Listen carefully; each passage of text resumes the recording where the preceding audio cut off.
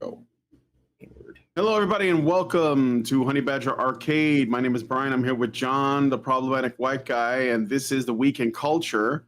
We're going to be discussing a lot of news that's going on in the world of our culture, and by extension, the way that it eventually impacts the way that we live our lives. So, Indeed. So welcome to the show, John. How are you doing? Oh, awesome as always. I see that I'm in audio form today. Yeah, well, you didn't come on, you didn't turn your camera on, so I just I know. No worries, no worries. I can do that in a little bit. Yeah, you said that you didn't sleep great. So yeah, well, it is what it is. Yeah, I did not because I'm kind of confounded by the current situation that's happening on YouTube. Of course, anybody seeing the thumbnail notices that Alyssa's up to it again. She has now claimed another scalp on her belt for channels that have been either deplatformed or demonetized. She's going after Atreus late in the day yesterday, who was mentioned briefly in the lawsuit amendment, has now been demonetized. Surprise, surprise, for videos that had Alyssa Mercanti as the subject matter. So it's just I mean, I know she doesn't watch this show, thankfully, because I'm pretty sure she'd come after you too. And it's at the point to where everybody can see what this is. Every single one of these channels, except for Smash, there's been 5 people in the last 2 months, starting with, of course, Toasty, who I do shows with throughout the week. And then let's see, Hypno, of course, got into a technicality strike based on things. Smash is the only person who breaks the pattern. He had a video about Alana Pierce that got flagged, but I'm assuming that because she's got the lawsuit against him, that it would make more sense for her to not be that flagrant and open about it. But then, of course, Ryan got deplatformed, who we had on the show last week as a guest. And then now Atreus. And so I've been saying to everybody for months now, hey, these covert means that they use to build a power base over the course of the last 10, 15 years, they're going to fall back to, because anytime they try to do something overtly in the light of day, just constantly makes them look like rake steppers, and people call them out for exactly what they're doing. And so, they're going to fall back on this method because it's effective. And why wouldn't you use an effective weapon? But ultimately, this woman who's now working effectively for Rolling Stone, they do have a full gaming division there now, and she's kind of trying to craft her narrative for her lawsuit, which ultimately is going to undermine her own profession if she should ever fall from grace and lose her position at this current journalist site. Then she's just going to be one of us, and at that point in time, she's setting a precedent, and it's all for establishing case law for this concept of stochastic terrorism, being able to effectively bypass the First Amendment and undermine everybody's freedom of speech and the right to free expression. And so, when you're doing this time and time again, I know that she thinks that she's the hero in this whole situation, but throughout history, she's the one right now who's burning books, even if she doesn't necessarily like the context that's within them. And I only use that as the example because I know the last thing that she'd want to think of herself as is being an authoritarian who wants to see the world burn, but that's exactly what she's doing. And there's not really, too much that can be said about it at this point in time. It's just another week in the process, but I thought that, it was at least worth bearing mention today because it's pretty straightforward, and I wouldn't tell YouTube creators, use your own judgment, but ultimately what she's trying to do is silence people through fear and intimidation, because she's going to find a robot hall monitor that even when you try to say, hey, there's an established pattern here, they will say to you, if you actually can talk to anybody that will talk, like, yeah, not just some robot, that anything outside of your own channel is irrelevant and not allowed to be discussed as it pertains to your own situation. Right. But it's fairly clear cut that she's just trying to have her cake and eat it too, because everything that she would accuse people of are the actions that she commits to all the time, using a mass reporting brigade of targeted attacks on specific videos. I can only speculate, but on my information and belief, as it's stated in the lawsuit, to talk about speculation, it does seem pretty obvious that that's what's going on here. So I don't know if you have any thoughts that you want to add to where we're at currently, but I did just want to give everybody a quick little update. I mean, this is the typical leftist playbook. I mean, I've seen it a million times for 12 years. And yeah, it's always the same. First, you create a threat narrative around the people that you want to censor. Then you basically like appeal to authorities that will be willing to do that for you. And then they'll find various ways to remove you either outright or by essentially just limiting your reach. So this is what, I mean, Anita Sarkeesian did it. Zoe Quinn did it. Alyssa Mercante is just another in a line of people that are doing this, and it's just because they don't like what you guys are saying.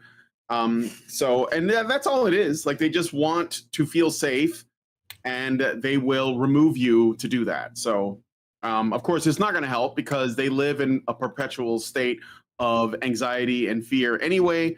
So maybe Alyssa should put down the SSRIs. But with that out of the way, let's get into the stories. But yeah, I don't know Atreus, but I hope that he makes a Rumble channel and just goes there. So, all right, let's get into today's stories. First, news about the Black Panther game. So I thought this was kind of interesting because of the people that were working on it.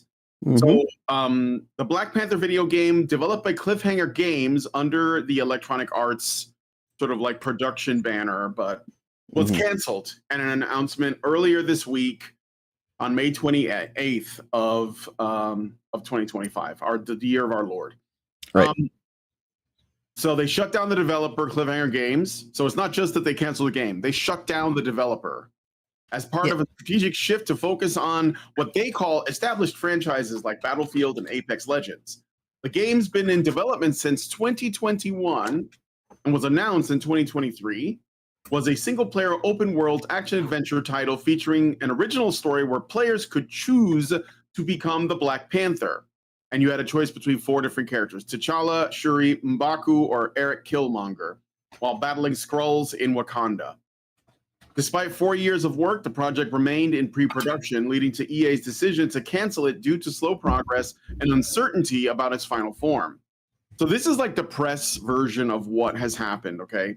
This cancellation, accompanied by layoffs at Cliffhanger and other EA teams, shocked developers who described the game as amazing, while EA reaffirmed its ongoing partnership with Marvel with other projects like Iron Man, still in development. So there is an Iron Man game in development. So EA is basically in partnership with Marvel. That's where like why they're the people producing the game. But here's the thing that people don't seem to realize about Black Panther game.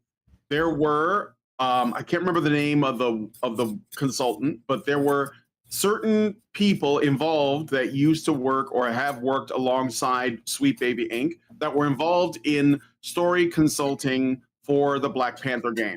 And what I think happened is, I'm getting a lot of background noise on your end. John, are you doing something? Just pouring some coffee. So sorry. Okay. No, it's okay.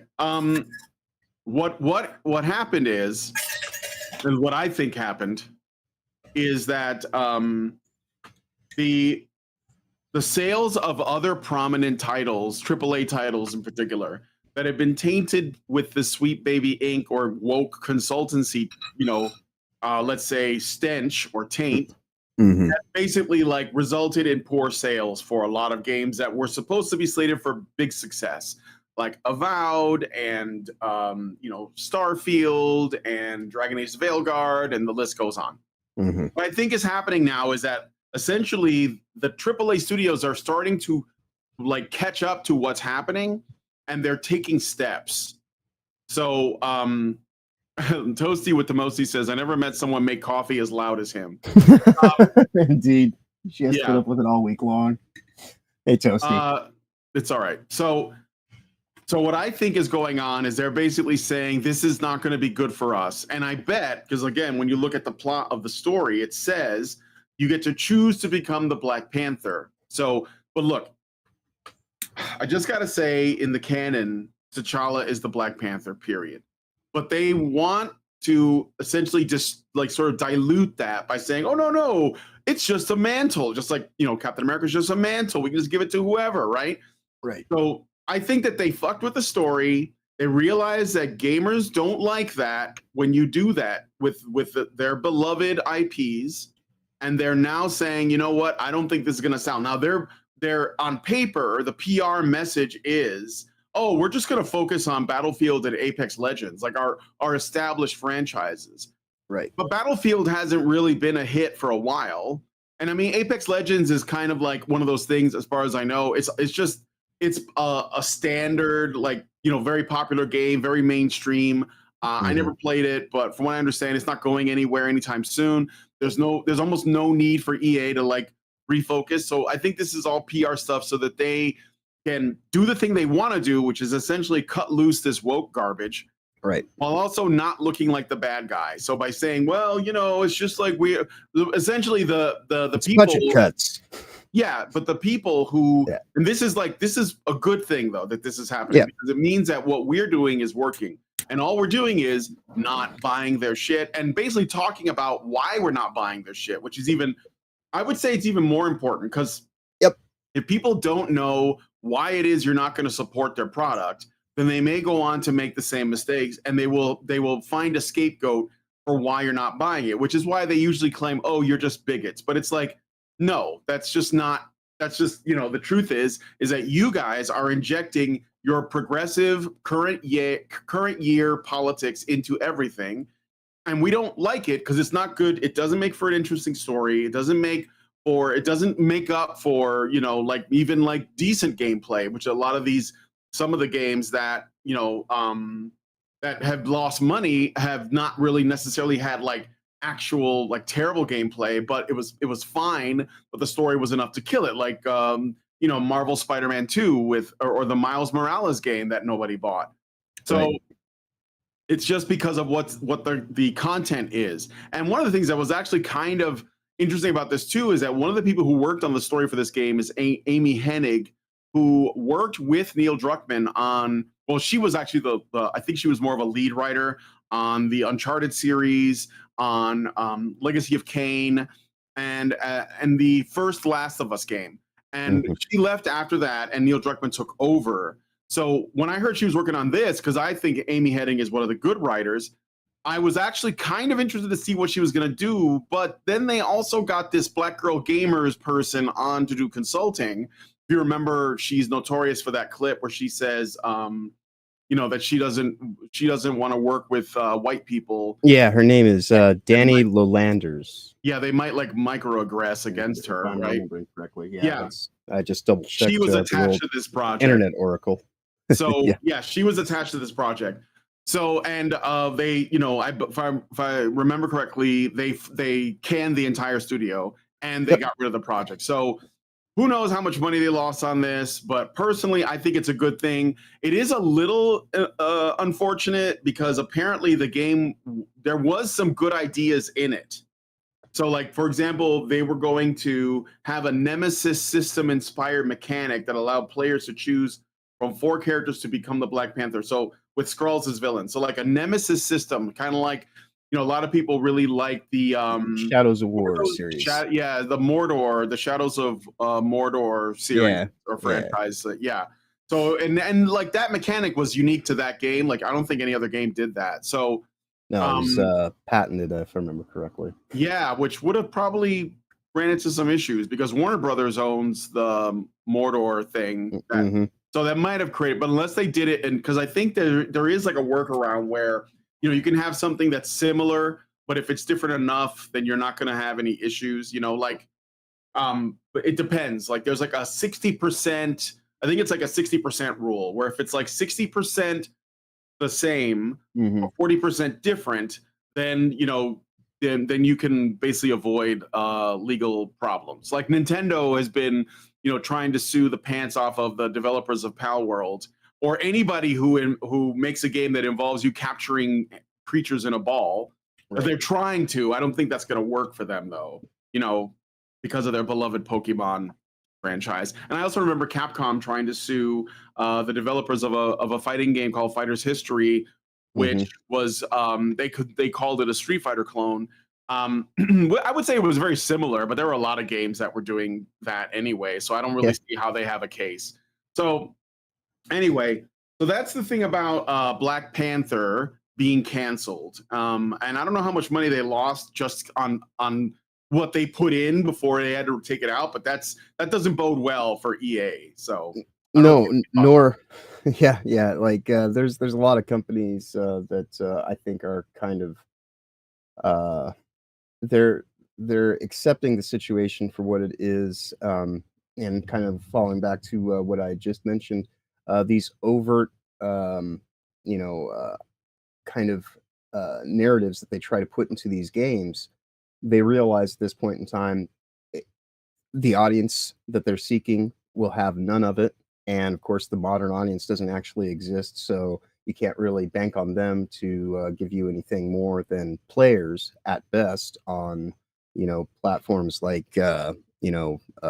what Xbox platform for Game Pass, because Mm-hmm. they don't actually buy things. And so even if you're putting this thing out and then they'll tout, oh, we have this many players. It's like, well, yeah, but how much does this thing actually sell? How much do people actually want to own this and keep it and have it as something as a keepsake in their life that they can play time and time again?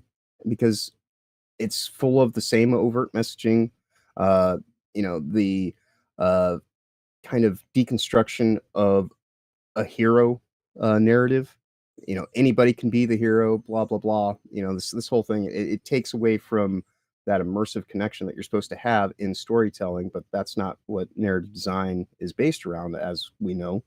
Mm-hmm. It's more about being able to identify with the thing that you see in the media that's you know being created, and ultimately, that may work for the short term, but in the long term, as we are seeing, it has become completely ineffective. And once a group of people that have spent decades of their life learning through pattern recognition, they can immediately spot all the warning signs, and then like any informed audience will do, we share that information amongst each other, and we put it out there because these things are made for public consumption. But at the same time, if people still want to go and invest in these titles and things like that, I'm nobody's dad. Make your own choices. I'm not here to tell you what to do. But for a lot of people, there's just no reason to get involved with that kind of thing. And so we are thankfully starting to see, to some degree, these companies coming around and realizing that they can't be so overt in their messaging, um, which unfortunately means that they're just going to start trying to do it more covertly again, which is the process, of course, that they've been using for the last 10, 15 years or so, since they kind of decided that this was the way of the future, was to dilute gaming, and which is also part of the reason why I feel that a lot of games these days are starting to include, as we affectionately call it, journalist mode, and making them more passive experiences so that you don't actually have that interactive capacity to kind of, you know, have a thought process involved with what's going on and being able to gain those skills and pattern recognition. So I will not miss this game. I wasn't planning on purchasing it or even playing it one way or the other, Yeah. because I do not support Disney in the things that they have involvement with. I even know that games like Marvel Rivals are fairly popular, and they do a little bit more to kind of play towards the actual fan service and stuff like that. But I would much rather people invest in, new things at this point in time, because those old things that have not only been compromised but have been outright corrupted, they just aren't worth being associated with, because ultimately they're undermining your capacity to actually enjoy anything that is, unique or interesting or good. Yeah.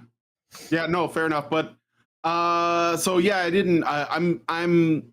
I'm not terribly surprised that it got canceled, but I am glad it did, because again, it just goes to show that the winds are turning, and now the people whose bottom line is actually affected are starting to respond. So this is really what it comes down to. Like, I think that the people, and we'll get into the next story is related to this one.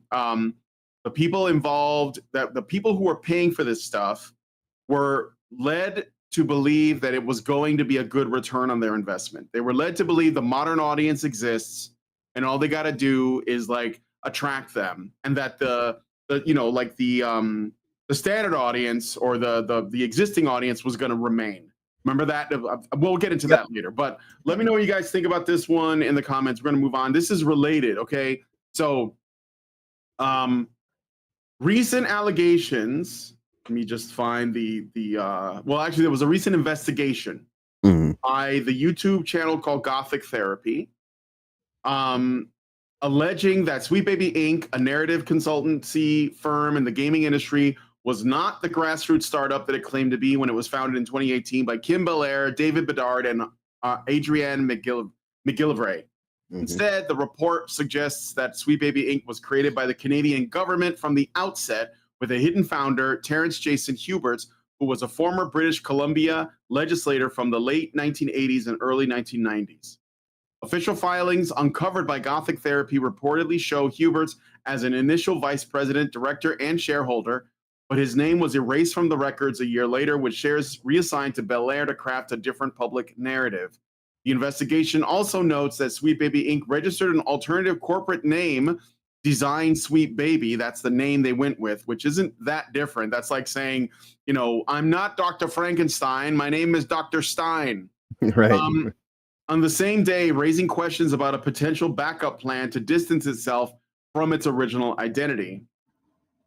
The report frames Sweet Baby Inc.'s public mission of promoting diversity and inclusion in gaming as a facade, suggesting it may be a government-backed operation aimed at pushing cultural agenda.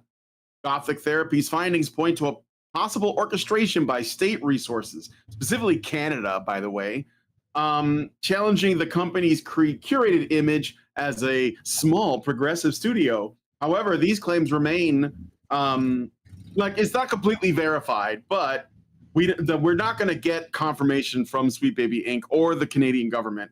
So there's no way, we're just going to have to go with our gut. And I think that based on what we know, this seems to be accurate.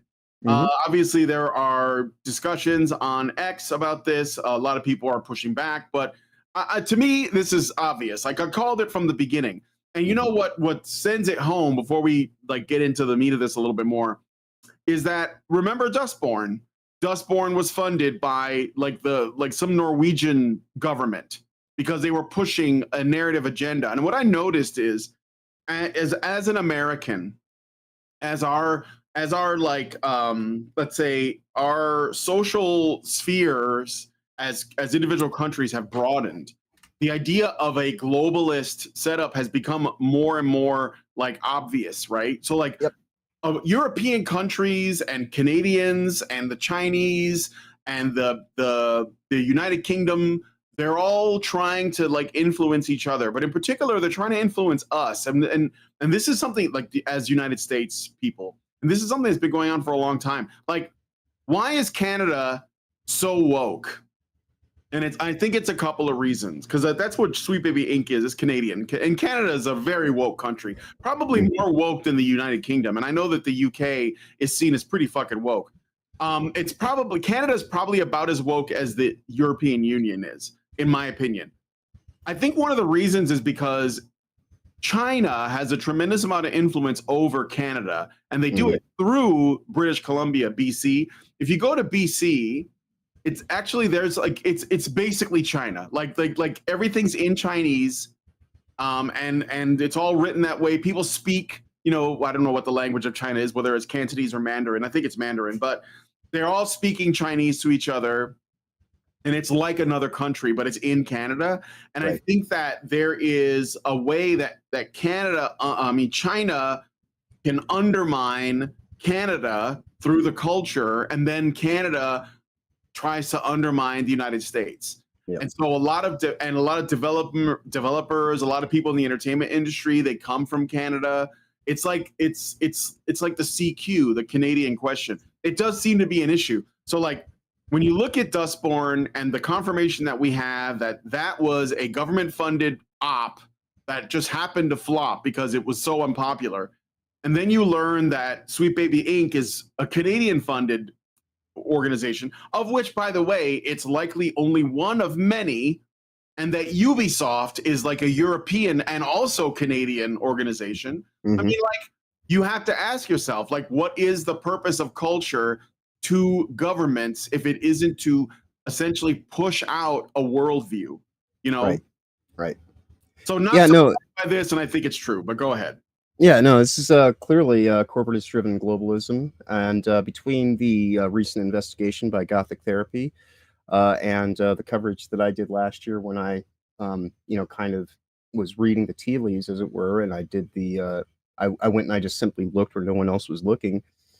It's fairly obvious that it's everything that I spoke about in that series that I did called Insert Tokens last year, where Kim Beller herself is a pawn in a globalist scheme to homogenize entertainment and have things that don't actually have nuance or sophistication. They're just done through a very formulaic process.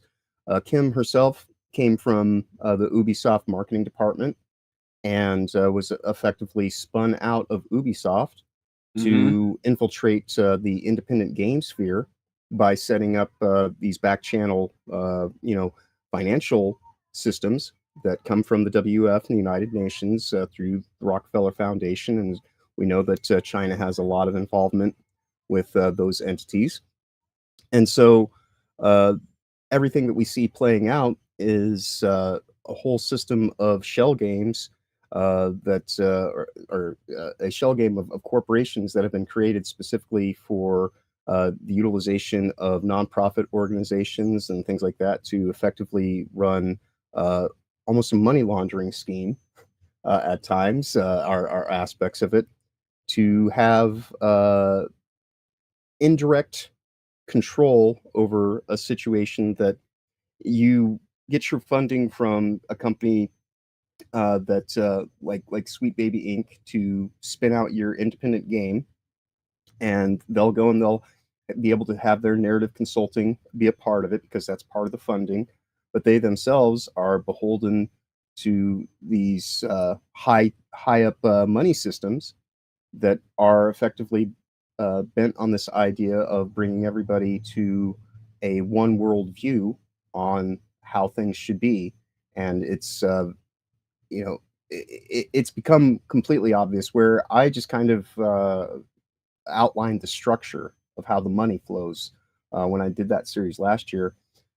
Gothic Therapy went and actually pointed to the people that are specifically involved in this instance at the governmental level inside of Canada. But as you were mentioning with Sweet Baby Inc., they do this throughout the world. And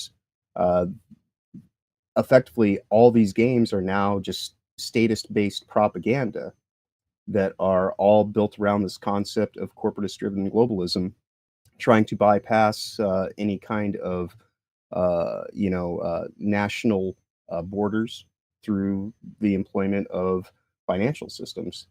So it's unfortunately, because we do live in a quote unquote global market space, they feel that it's far better to try to reach as many people as they can through mass homogenization of products and things like that.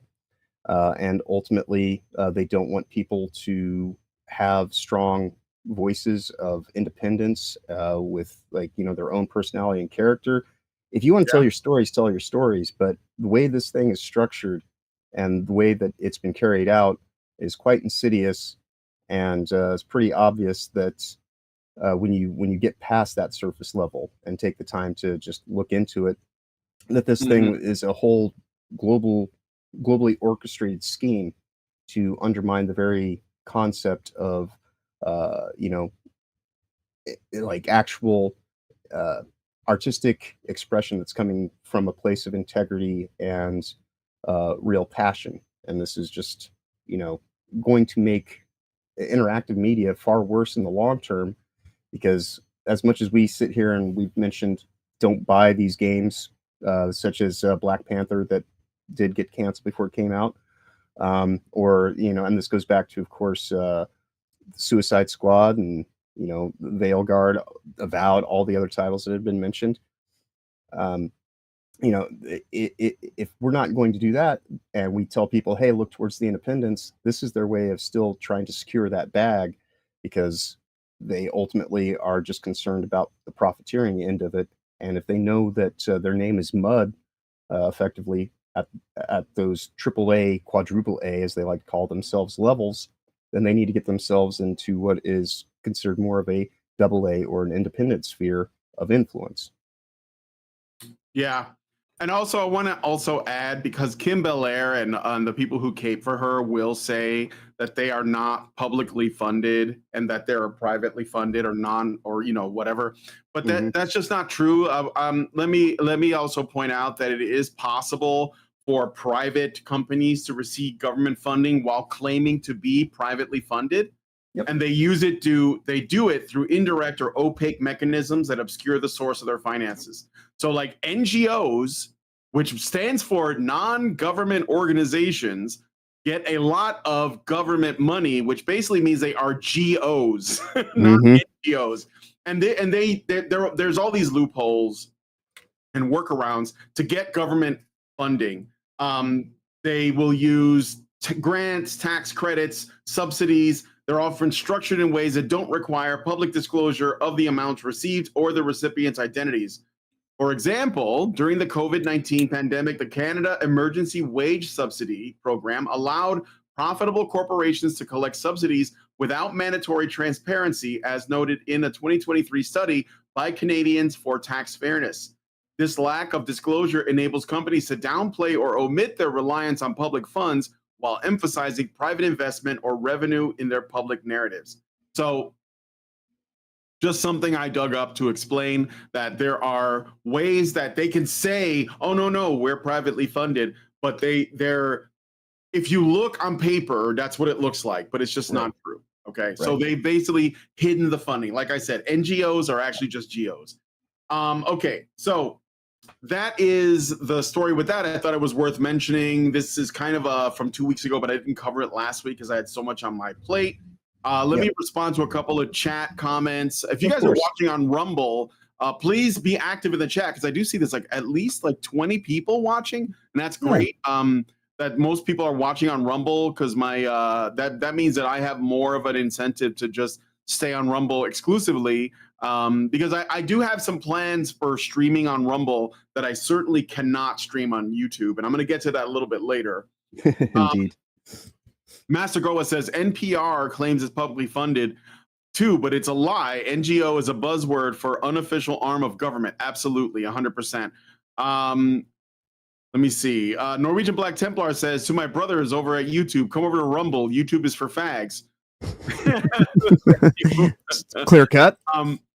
Let's see. Massacre says, I like Kirsha, but her modern audience doesn't exist as BS. They exist. You see them screeching everywhere. They just don't buy things because all their money is devoted to iPhones and soy lattes.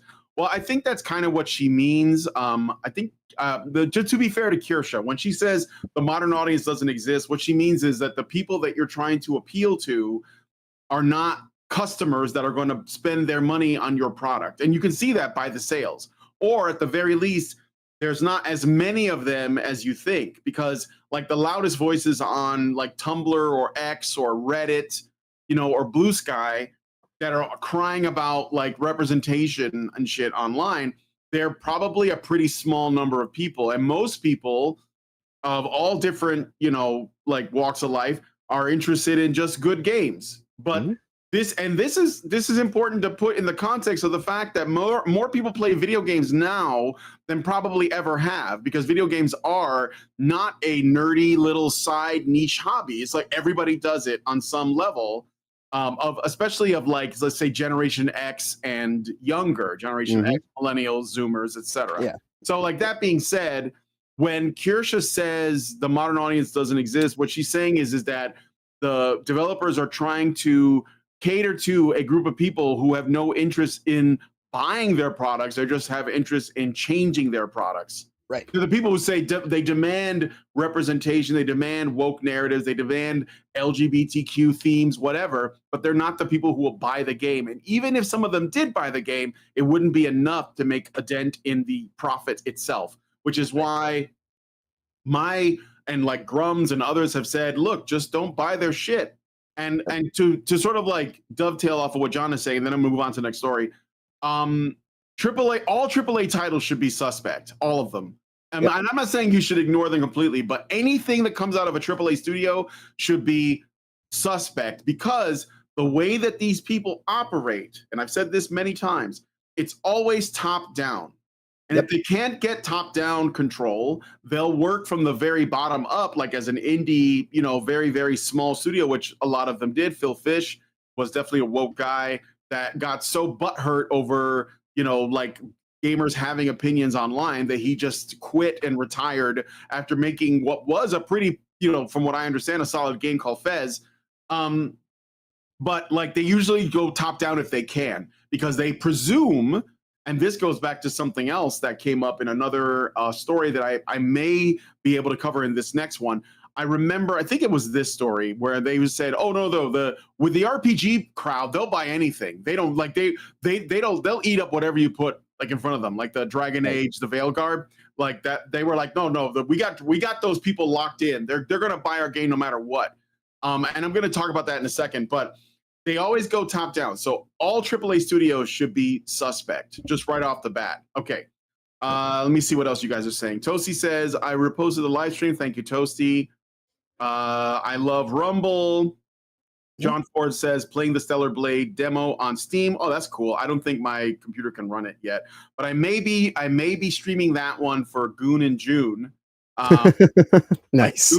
Like June is Goon in June, and that's going to be like fan servicey waifu game. So indeed, Blade's definitely got to be in there, and it'll be our 1-year anniversary, I believe, in June, fairly soon. Oh, so. Yeah. Norwegian Black Templar says the woke use Soviet tactics to infiltrate and take over. Yeah, but it's always top down. That's basically what I'm saying. Zara Sin says BlackRock is not the future of gaming. Venture capital making multiple small investments in talent-rich small studios is the direction I see the industry going in long term. Yes, there will be people who will try the top-down thing. But I'm going to show you guys where gaming is headed and why you should be optimistic. And not just because you get to play games you like that are good. It's also because it means the culture itself is healing. But I'll come to that in a second. All right. So yeah.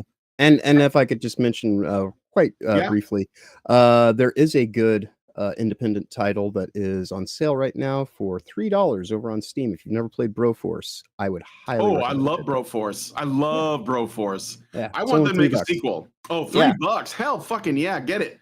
I'll get it. I mean, I have it on the PlayStation, but I'll get it. Yeah, I know. I had it on PlayStation, but I stopped playing for my paying for my my PSN account. So I was like, well, I love Broforce. I want to be able to play the game with other people because it's a great multiplayer game. 4-player co-op. Super destructive. I played it with my wife from start to finish. All right, but anyway, next story. All right, David Gator. I hope I'm pronouncing that right. I'm not trying to be smart. No, that's former lead writer. Yeah, former lead writer for BioWare's Dragon Age Origins, Dragon Age 2, and Dragon Age Inquisition. Recently sparked attention with comments made in a Games Radar interview on May 25th, 2025. Gator criticized a group he calls anti-fans, describing them as outspoken critics who actively work to see certain games fail as a form of punishment for creative decisions that they disagree with. He expressed concerns that these individuals, unlike supportive fans who promote games, are determined to sabotage projects before launch by focusing on elements that they dislike, turning their criticism into a personal mission to undermine the game's success. Gator's remarks come amidst broader discussions about the gaming industry's challenges with some pointing to BioWare's own struggles under EA's influence, particularly after 2017, when Geider notes EA finished digesting the studio. Critics argue that Geider's focus on anti-fans overlooks deeper issues such as developers prioritizing broad appeal over the desires of core fans, as seen in some of Dragon Age's gameplay and narrative shifts. And it's the thing about Dragon Age. Everybody talks about it like it's a golden child, but I feel like when people are actually like, when they talk about the franchise, it's kind of hit or miss, isn't it? Like Dragon Age Origins, everybody loves. I played it. I thought it was okay. It didn't blow my skirt up, but if you liked it, I wouldn't like shame you for that. I thought Dragon Age Origins was fine. Then there was Dragon Age, was this 2, which some people hated because it was a little bit more like, simplified, a little dumbed down. And then there was Dragon Age Inquisition, which I think people liked again. So it's kind of like up and down, up and down. So it's not like this was like a solid, like Mass Effect is like Mass Effect 1, 2, 3. They just got better. And then like Andromeda came out and people were like, why does this game exist? So I think that it's weird that we're like, kind of like there's all this almost like coping around the Dragon Age franchise. But anyway, argue that Geider's focus on anti-fans overlooks deeper issues. So Geider is a key figure in BioWare's Golden Age. He's got credits on Baldur's Gate 2, which I've heard really good things about, and Star Wars Knights of the Old Republic. Mm-hmm. He defends the creative process. His comments have fueled debates about accountability, fan expectations, and the role of criticism in shaping the game's landscape. Let me put this, there's 2 things to say about this. Number one, fans do not necessarily celebrate the failure of games. No. But they are making their voices heard by not buying your game if they don't like the crap that you put in it. And one of the things that, in particular, Dragon Age the Veilguard and a lot of these modern AAA woke, pieces of garbage do is they break the immersion by, injecting modern politics and even like modern ways of communicating. It's like everybody's written like it's a Joss Whedon TV show. Right. Like they're all very self-aware, and the art style is cringy. I heard people talking about Dragon Age Inquisition looking really ugly, or not Inquisition, the Veilguard, looking really ugly, and the characters look like Fortnite DLC or something, like some kind of like, very plasticine. Yeah, they look like cartoonish, and then of course you got like the whole non-binary thing, and people are rejecting that. And the thing is, too, is on the one hand, you got this guy saying, oh, they're anti-fans and they're celebrating, they want this to fail. It's like, no, they don't. But like, if you give them a product they don't want, then they're going to vocally reject it because they don't owe you a purchase. Like you have to appeal to them and say, would you please buy this game? You have to be grateful. Like Tom Cruise, when he put out the last Mission Impossible movie and he visited theaters and he put out statements and he was basically just being like extremely humble and grateful that people took the time to go watch his movie because he knew that like all the other people in Hollywood were just attacking the fans for not downloading their bullshit movies, like, for not watching them on Disney Plus or going to the theater or whatever. Right. So he approached it with class and humility that a lot of people in the gaming industry don't have. So that's part of it. And the other thing is, like I was saying before, EA, I believe it was EA, they made this mistake of presuming that their fan base for the Dragon Age franchise was a given. They were like, oh no, these guys are nerds. They're culture junkies. Remember, I use that term culture junkie. This is what I mean. They presume that you're going to buy whatever slop they put out, no matter what, because you're going to buy the brand. Or don't you want the brand? Here's the brand. And if you reject it, and this is like proof of that, because they were like, oh no, they'll buy our shit. Oh, we'll just make it for the broader audience. So the people that we already have locked in, like the dedicated fan base, they're going to buy whatever we put out no matter what. And then we might be able to reach more people. But that's the mistake, because people did not do that. And so they made the mistake of assuming that there were that many culture junkies that would just get the new thing. And they also alienated their core fan base, as well as like they did not reach the mythical modern audience that was going to give them all the sales that they were missing out. So last thing I'll say about this, you cannot broaden your customer base while also cutting out the foundation that made sort of alienates the core audience. Right. You have to keep your core audience, and if you can try to reach more people, but you have to do that without sacrificing the integrity of the core. Right. And I think that Dragon Age has always wrestled with that, which is why I think it's, as a franchise, is flip-flopped. So anyway, that's my thoughts on that. Go ahead. Yeah. Well, it's because as you're stating, they're operating under a consumer model, and a consumer model has no respect or regard for legitimate customers, and so that's the thing that's gone off course here, is that their business tactics do not actually uh, give any appreciation to the thing that quote unquote got them to the dance, as it were, and they just assume that anybody that's ever been interested in this is going to stay interested because brand IPs, my nostalgia, and all this kind of stuff. But then you look at a title specifically like Dragon Age when it came out this last year on Halloween, and it utterly failed. And the reason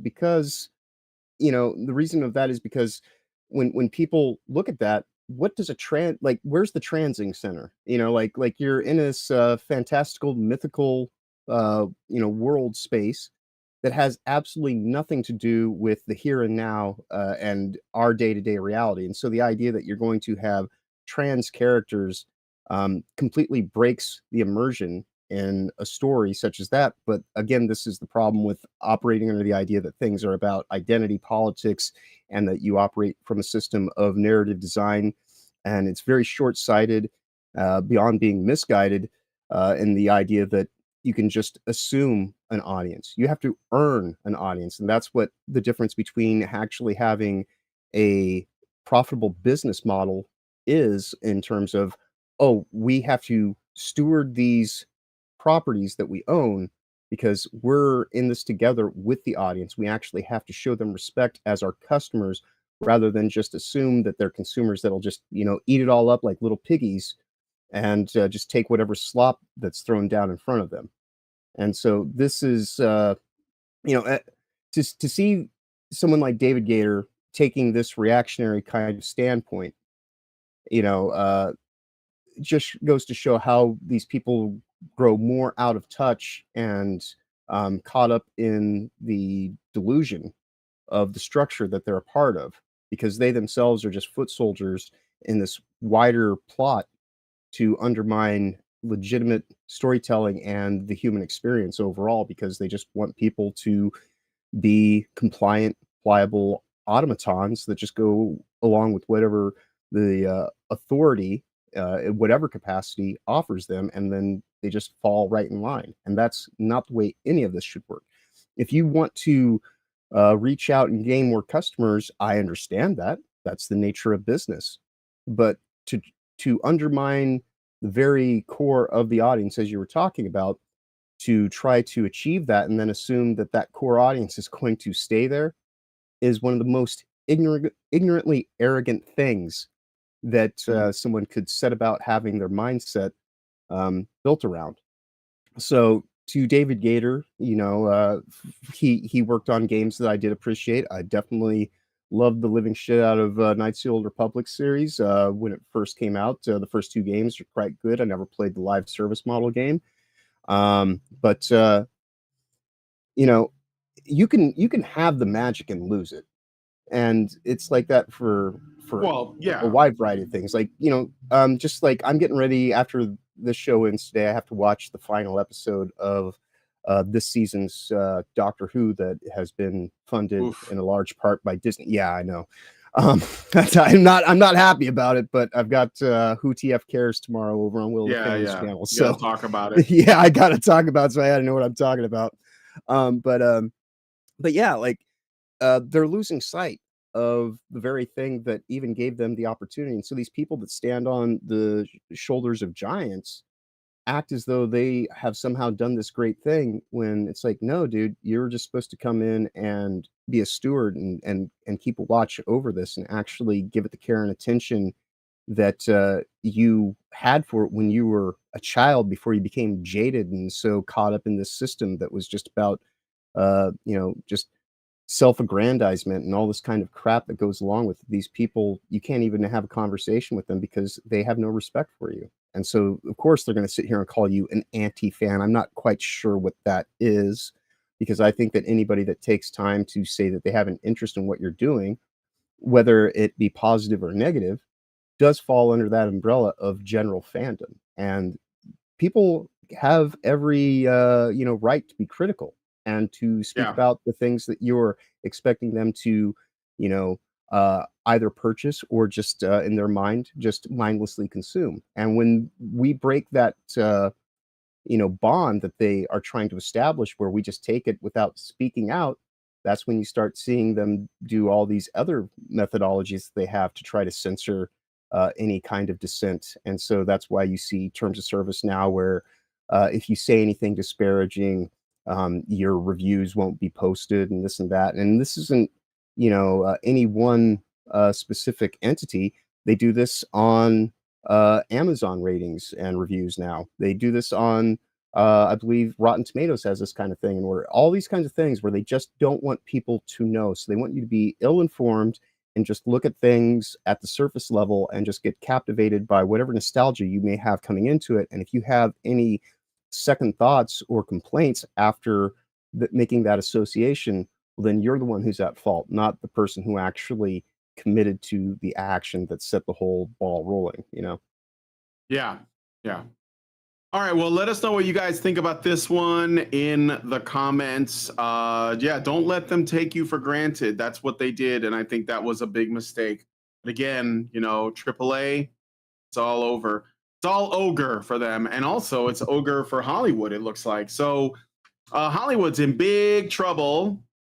And I think this is going to the Tom Cruise thing I said before. I think that despite Tom Cruise being really classy and humble, I think that there's a reason for it. And I think it is terror that the entire industry it's in serious danger. So Hollywood and the film industry are indeed facing significant financial challenges driven by the high costs of production in California. That's due to the government and also corporations, but mostly the government and all of the various fees and taxes and all that shit, and the increasing integration of AI technologies, which threaten to disrupt traditional roles and workflows. A Milken Institute study from May 27, 2025, highlights that California's production environment is uniquely expensive due to a high cost of living, a complex film credit process, and a burdensome permitting system. Los Angeles charges $3,724 for a permit application, okay, compared to $1,000 in New York City, which isn't a lot better, or $400 in Atlanta, Georgia.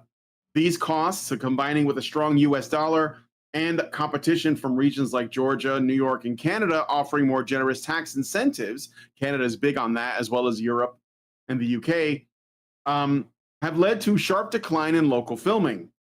Film LA reports that Los Angeles recorded only 23,480 shoot days in 2024, the second lowest in decades, with a 22.4% drop in Q1 2025 compared to the previous year. Governor Gavin Newsom has proposed expanding California's film tax credit from $330 million to $750 million annually to counter this exodus, but critics argue this may not be enough amid potential pressures like recent wildfires and a shrinking tax base because people are leaving California.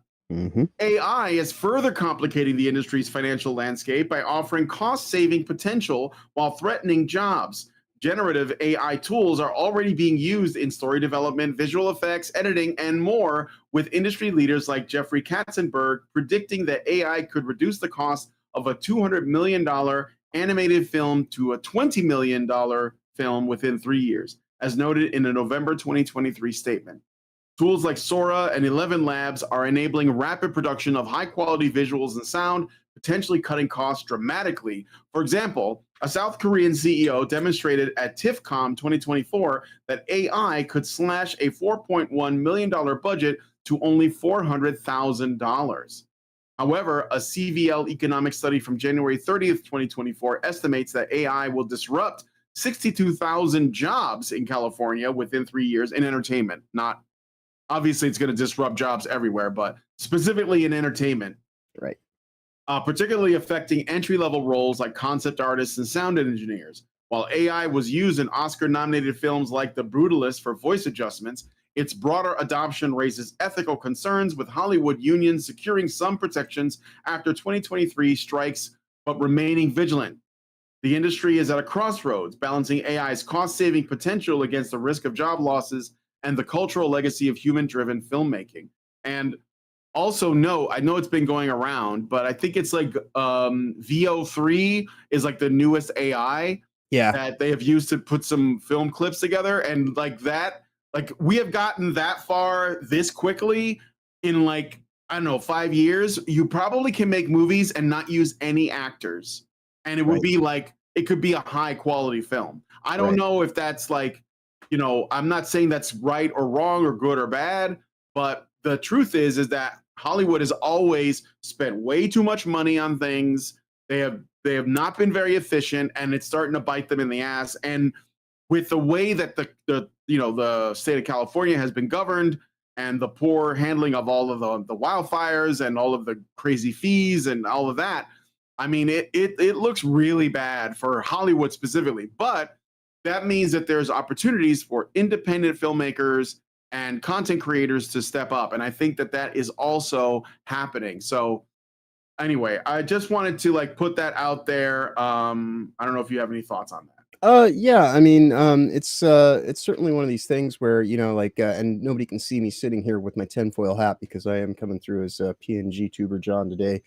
But I honestly believe, and you've heard me mention this before on the show, that DEI hires were made for DEI fires. And as we have a picture of Hollywood caught up in an inferno behind us, this whole system that was set up was so that they could play this out to this degree, bringing a whole bunch of people who don't have talent, skill, and ability that are willing to go along with the scheme of things because they're only concerned about their own personal motivations and self-interests. And ultimately, you don't have the talent, skill, and ability base there for when the turnaround happens, which is what's going on now, and they lose their jobs in mass, and everybody else who got filtered out of that system to make a place for these people that quite honestly didn't earn their way into those positions because they don't actually have any inherent value. They're easily expendable. And so once you build these automated systems that can do just as good as they can, if not better, because you know anything that is written through an algorithmic scripting just follows the formula that's been laid out for it. So you know, this is the canary in the coal mine, so to speak, on where the future is headed. Because when you look at, say, a Disney Marvel movie, right? Most of what you're watching is CGI animation throughout, and if the only thing that they're really paying for are a few headshots of an actor and effectively their voice quality, then it only makes sense for them to save themselves millions of dollars to begin with by not actually hiring those actors and just using facsimiles that can stand in their places that you don't have to pay for, that you don't have to worry about, you know, going out and saying things like weird, weird, and causing a whole bunch of, upheaval in your potential audience. So you reap what you sow, and I feel no love lost for what Hollywood's going through right now. I'll be honest, I don't really watch a lot of current day movie offerings unless I absolutely have to for the various shows that I'm a Research part of. purposes, yeah. Right. But yeah, it's hard nowadays to actually find something that even says something unique or interesting, and and you can still have perspectives that will challenge people's ideals and things like that. But that's not what the system's been built around. And so for them to now be suffering this loss, so to speak, it's really only hitting those people who, like I said, didn't really earn their space to begin with. And so if Hollywood wants to become more derivative and just driven by robotic systems that are automated, then it's just par for the course. And anybody who would have been looking at this with common sense and a long view perspective years ago can sit here and tell you, much like I am right now, this is exactly where it was always going to lead, because there's no way that you can actually get anything of substantial value when all it's built upon is empty virtue signaling. So, Yeah. you know, uh, I won't. None of these projects will be missed by me that are constantly failing, and the people that are now out of jobs, sitting here assuming that they're entitled to, just have an audience or keep their jobs even when they don't actually do something that has a proper return on investment. Yeah. This is, grow a backbone, actually have some artistic integrity. If you got into that position and didn't even earn it, at least try to earn it when you're there on the ground, and be a part of the actual creative process, not just this derivative widget system that just does things formulaically. So, Yep. you know, Yep. And yeah, I mean, like essentially, Hollywood has become Sodom and Gomorrah, and this was inevitable. Like like enough entropy is allowed to creep into something, and it will eventually destroy it. You can even look at the fires themselves as a product of that entropy, that laziness, that unwillingness to keep up. Understand like that these systems, these organizations, these organisms have to be like maintained, and when you ignore it for a while, then things just fall apart. So yep. yeah, I mean, you get what you deserve, I guess. I got a Rumble rant. Thank you for the Mhm. Rumble rant. Noba fan 21 gives $1 and says, "I'm laughing so hard at the commies acting like their communist trash isn't what ruined art and media literacy, but somehow us chuds for wanting manly men and feminine women." Indeed. Well, it's a long process, been going on a while, and if you're interested, I do some sort of like film analysis stuff, media analysis stuff with Dean. He's a Sneak Cola. I've had him on my show before. He worked in the game jams, and he just finished editing and uploading us discussing the film The Mist Mhm. with Thomas Jane, based on the book by Stephen King, but it's an improvement over the book. Honestly, it's a great movie. And we also have two other videos coming out. One is for a film called GoldenEye, which you might have heard of as a James Bond movie, and another one Mhm. called Accepted, which is about Getting into college. getting into college. You saw that. Yeah, I ranted about that one a bit. So I would Nice. say, I'll if you guys are interested, I'll put a link to Dean's YouTube channel in the description or in the comments, so you can see more of me ranting about media. So Right. anyway, with that said, let us move on to the next story. I can't wait to see what you guys think about what I said about Hollywood and AI. But at the end of the day, I mean, like, honestly, what will be the future of our media doesn't have to be AI. It just needs to be authenticity. And I think that there is a lot of people that are hungry, that are talented, that are capable, and that Hollywood's not going to be able to gatekeep, because that's part of what it did, right? Like what is Harvey Weinstein or these other big producers like him? What they were gatekeeping, what kind of, not only who got to be famous, which of course, a lot of these guys do, not because of talent, but because of willingness to, do favors for people. Mhm. Casting couch is real. And also, they leave out like authentically talented people, like really good at what they do. So I think that it's going to make room for that, and we just have to wait and see. And I think that it's going to be, interesting going forward. So I wouldn't worry too much. I just let it ride, let them burn. It's okay. We'll be fine. So Yep. anyway, so speaking of the industry, I want to talk a little bit about AA games. So the AAA gaming industry is grappling with significant challenges because they have overbloated budgets, and AA studios are increasingly thriving by leveraging more manageable costs and creative flexibility.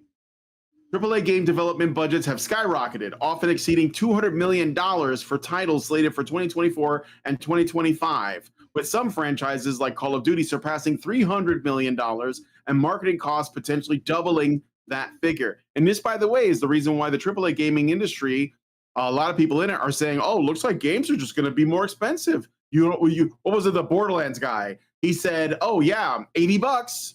If you're a real fan, you'll buy it, right? That's because they've become AAA and they're trying to justify their massive budgets by increasing the costs of games. They're trying to change the standard, but of course, they don't get to decide that. You do. Right. So anyway, some franchises like Call of Duty surpassing 300 million and marketing costs potentially doubling that figure. These high expenses stem from large teams, sometimes involving 400 to 600 people across multiple studios. Extensive voice acting, hyper-realistic graphics, and massive marketing campaigns aimed at ensuring blockbuster sales.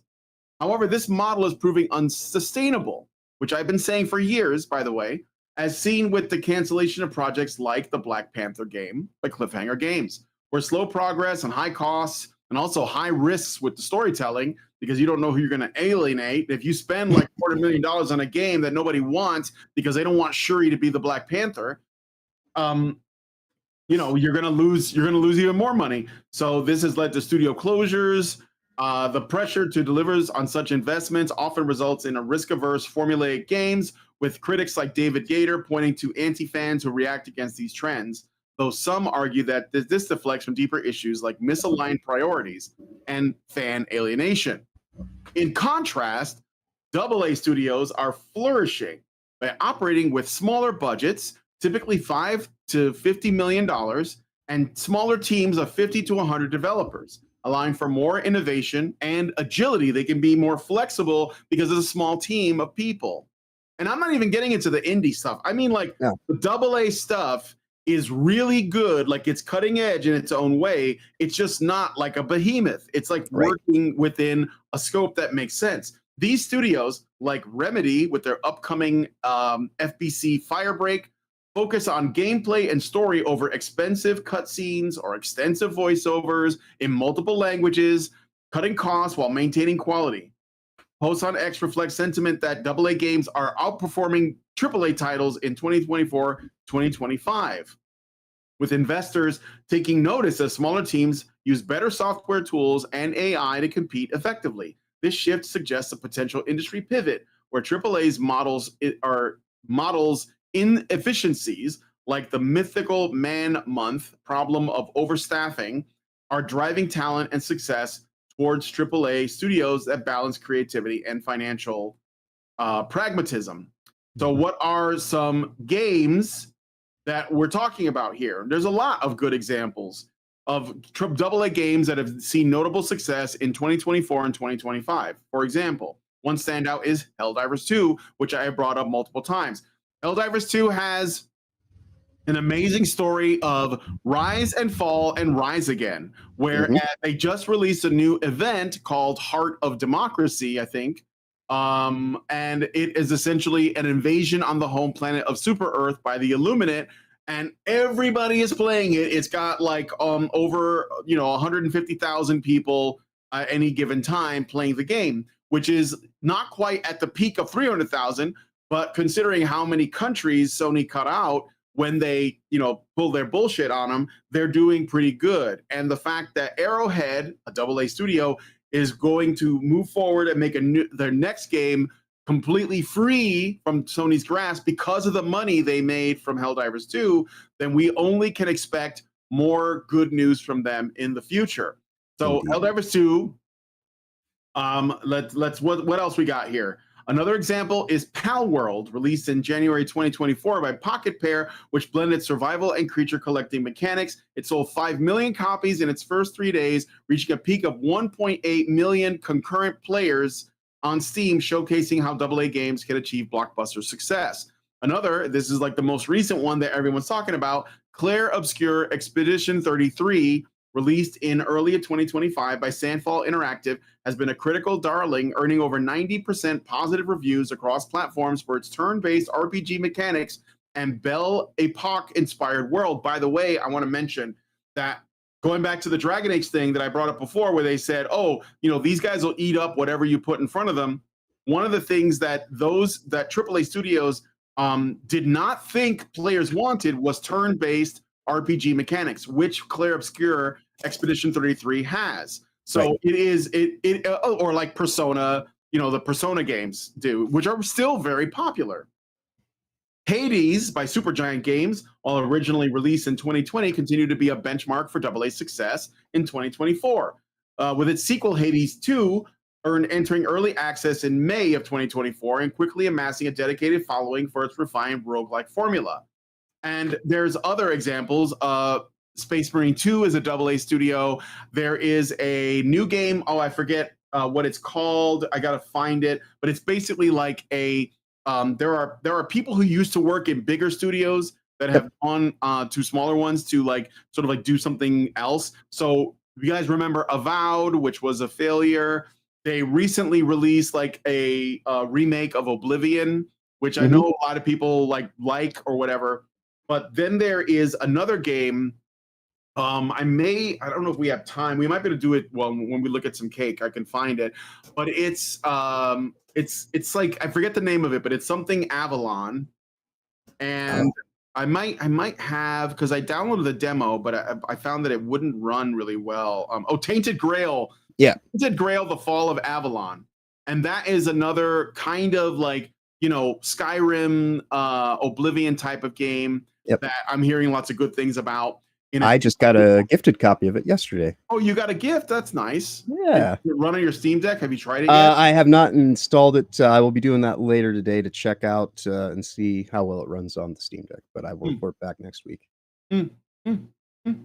Another game that this one's still early going, but I heard about this from somebody on X reached out to me, and it is a ARPG in the same sort of vein as Diablo 2, and it is being made by former Blizzard developers. So if you remember, I brought this up before, and I think it's absolutely crucial that people don't forget this. Blizzard got hit with a Me Too allegation a few years ago, a while back, and it was basically no evidence of anything, but there was an open letter basically condemning Blizzard for harassing women in the workplace, and a bunch of guys lost their jobs. And then Blizzard went to shit because all those guys that were good at what they did lost their jobs, and they were replaced with people who don't actually have talent or skill or ability. And so Blizzard went downhill. Okay. And I don't know if it's in the gutter right now, but it's certainly not what it was. There was a time when Blizzard could do no wrong. Everything they made was always gold, right? Yep. And I know, but so these guys, the studio is called Moon Beast, and they are working on a new game that I'm trying to find the name of. I shared it around. I just got to find while you're searching, I'll fill some time. I actually I like to do, as people can tell from the thumbnails that I make for the show, I like to make parodies on logos and things like that. And so I actually have an activism buzzard logo that I'm just waiting for the appropriate story to apply it to when the time comes. But yeah, the situation is fairly obvious that when we're talking about successful things being able to be done with manageable budgets, you look at something that came out like Assassin's Creed earlier recently this year, and just the end credit sequence alone takes 2 hours to have that scroll go through, and so you have these super overinflated budgets that almost require you to make $1 billion, or hundreds of millions to even get to where they are covering those development costs, let alone actually having an actual profitable return on their investments. And so, to any of these investors out there, you got to stop putting so much money in these things that become, too big to succeed, because there's no way that you're going to be able to actually get anything that you put into it over a decade or however many years you put into it with that many people, the burn rate on the amount of money that you're putting into these things, it just isn't there. And so really what we should be seeing in the gaming market and just media in general at this point in time is we should see a proliferation of investment into smaller studios that have artistic integrity and have something to say, and let the market bear out based on those competing ideas, rather than just having these over bloated, budgeted kind of things that are done in a very widget based manner that don't have any distinction or difference other than the skin that's on the same middleware that's being utilized throughout the wide scale system of AAA and quote unquote quadruple A titles that are being offered. So Yeah, it's really their own fault for trying to invest too much in something that's going to return way too little. for sure. So I found it, and the game doesn't have a title yet. That's how early it is in development. Right on. But it is made by the team is called Moonbeast, and they put out a developers live stream. I'll show you guys a little bit of it in after we're done with the stories, so you guys can see. But there's definitely a lot of the reason why I think the AA space is going to be huge is because a lot of guys that were engaged in wrongthink that used to work in AAA gaming, they got fired, they got ousted, they got pushed out. Maybe the entire climate got bad. I mean, people were, maybe that the environment changed because of Me Too or the Black Lives Matter protests or the Trump election, whatever it was. It gave people crazy brain, and some of these guys were either pushed out or they felt they had to leave or something, right? Mm-hmm. So but they still have talent, and they're gonna go out and they're gonna make stuff. And I think that when they do, we should pay attention, because I'm telling you, the next big legendary IP is gonna come out of that. Another great developer that I should mention is SemiWork, who gave us Repo, which, by the way, is they can't even conceive of how successful their game is. And part of it, I think, has to do with the fact that the AAA is just not delivering. So people are looking for, they're looking for their fun elsewhere, and they're Right. finding it. Like, thank God for Steam. Yeah. It's like that's the only place where you can look at Schedule One. One dude made that game, and Right. it's massive, right? Right. So there's a lot of really good examples of people that are getting it done well, and we should just be following that. And forget it. Like, Far Cry is dead. Like, Ubisoft is dead.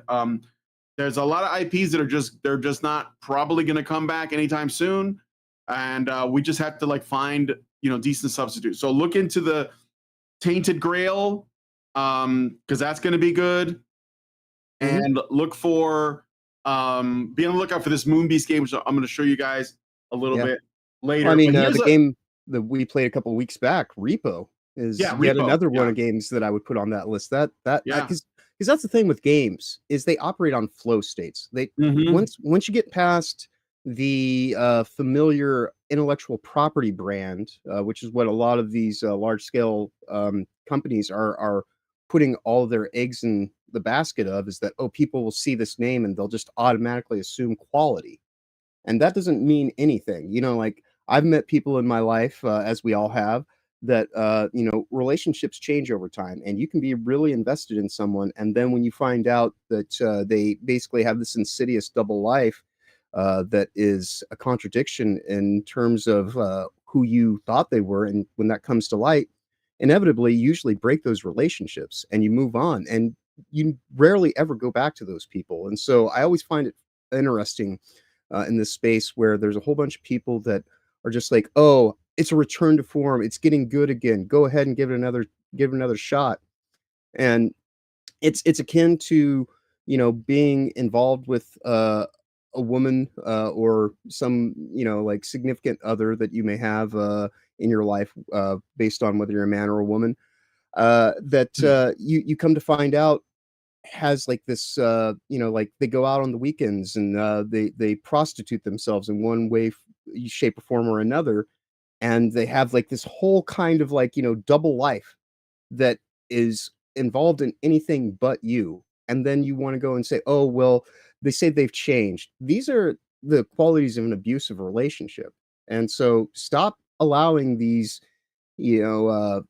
perpetrators of this, kind of, I don't want to say violence because it's not necessarily that, and when it comes to media, but these people that have no goodwill towards you and don't operate in a system of good faith. Stop giving them the benefit of the doubt. Stop giving them second, third, fourth, 12th, 87th chances. At a certain point in time, you can't even hold them responsible, because if you're going along with it, then it's kind of your cross to bear, where you're simply allowing yourself to be gullible and duped, just at the mere mention of an "I'm sorry," because "I'm sorry's" don't mean anything without an actual contextual reason as to admitting what the issue is. Like, if I apologize to you and I just say I'm sorry, what am I sorry for? And if I don't give you that, then there's probably not anything on my side of the equation that is, evoking anything about some soul searching and some actual repentance, or trying to reform my interaction with you. I'm probably just trying to placate you so that I can just go about having a nice, easy life without being hampered with your problems of what I'm doing and then holding you responsible for it. Yeah.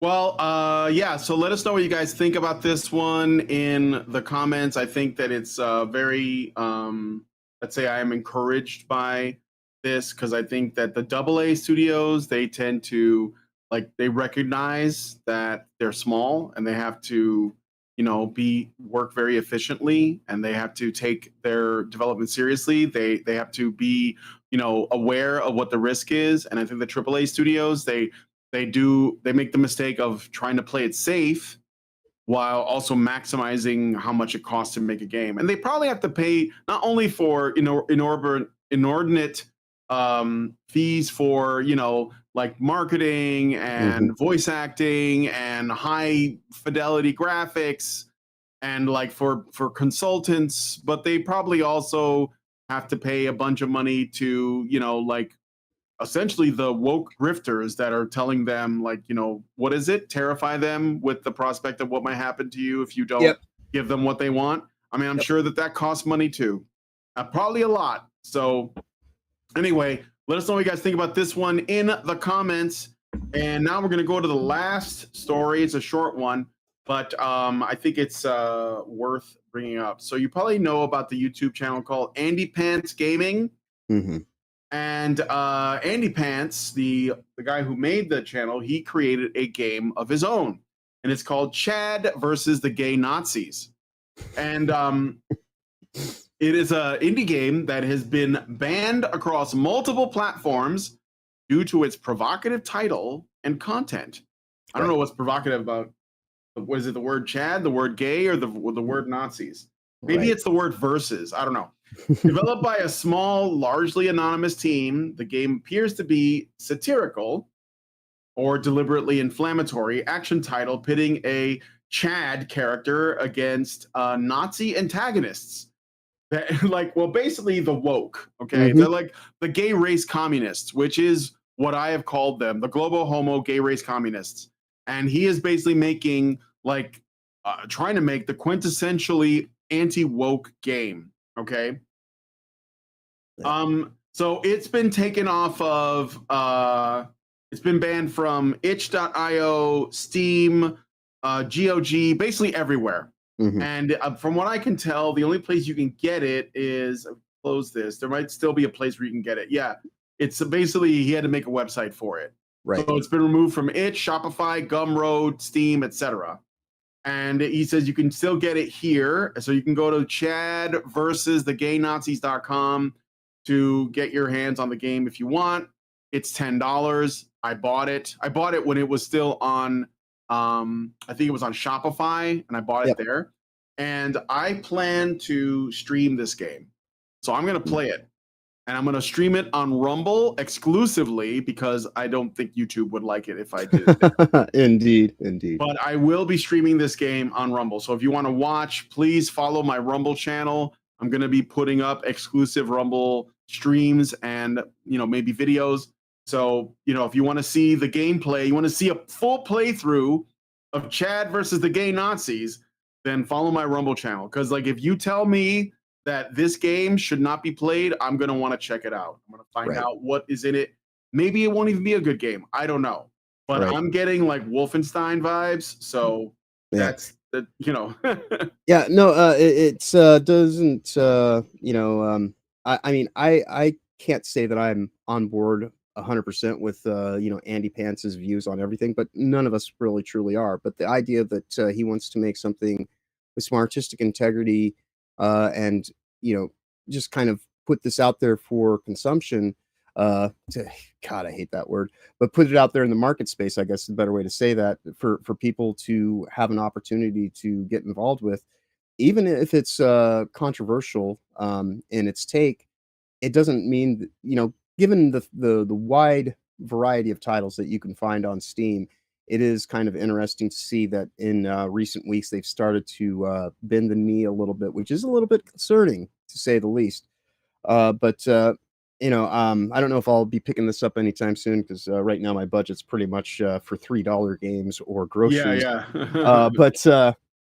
But it does in many ways. The premise reminds me of what you can find in The Great Rebellion, which I definitely would also recommend, which you've played before on the channel. I have streamed a little bit of that. I actually want to go back and finish The Great Rebellion and stream that as well. So I also have a number of other demos I want to go through. I have lots planned in terms of game streams, but yes, I'm definitely going to be streaming Chad versus the Gay Nazis on Rumble. I want to see what, you know, what it's about and if there is any cause for concern. I have no idea what's in this game. I don't even know if it's good. I don't know, but I'm going to find out. So, you know, and but my reason for buying it was purely out of principle. I was like, okay, I'm gonna buy it, and I told him I bought it, and I told him I'm gonna play it on my stream. So we'll see. Okay, so Get Yeeted 247 says, "What did I just join?" LMAO. Well, welcome to the stream. It's a weird place to come in the middle, but if you're interested, go to chadversusthegaynazis.com and check out the game if you're interested. So. But anyway, I didn't make the game. I won't take credit. That goes to Andy Pants of Andy Pants Gaming. But with that said, let us get into a little bit of cake. I want to start by looking at this game from Moonbeast Productions. So Moonbeast Productions, their unnamed Diablo-like game that they made, which I'm going to jump ahead. They have some technical issues. This is why somebody messaged me about them, because they were like, oh, maybe you can help them.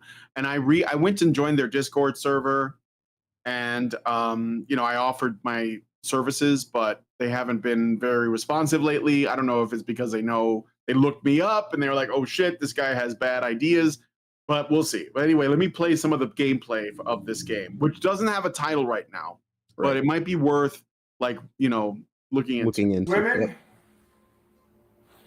Oh, You'll see some cool effects due to the water at some point during this demo, I suspect.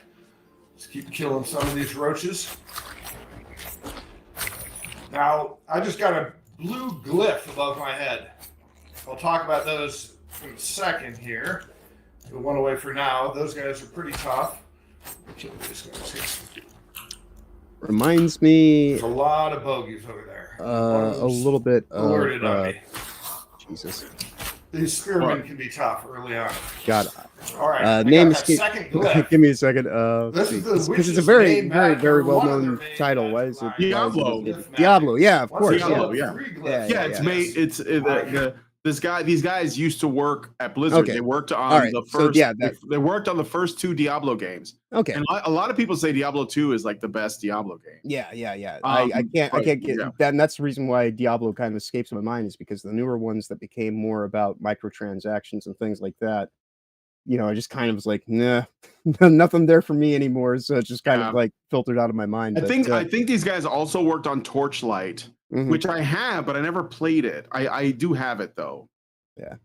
Release them. I've got to figure out how. Release them. A nice little combo.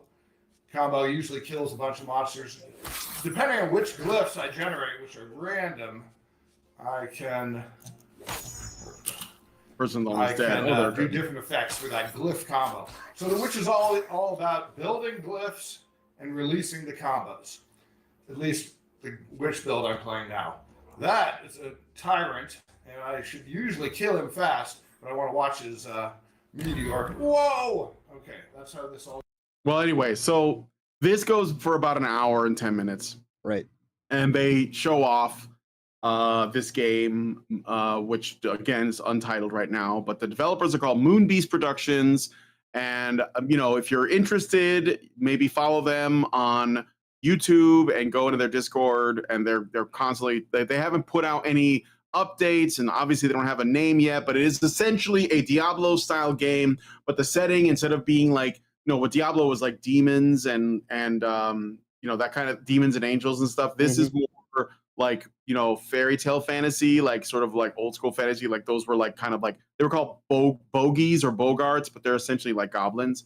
So I think it looks cool. I want them to succeed. I know that like Diablo 4, there's some controversy around it, and I think there's is it Path of Exile 2 that's the big competitor to it. So, maybe Path of Exile is the way to go if you like that kind of game. But somebody in the chat, Saltpeter Taffy says, of all the ARPGs, this reminds me most of Grim Dawn. I don't know what Grim Dawn is, but that sounds pretty cool.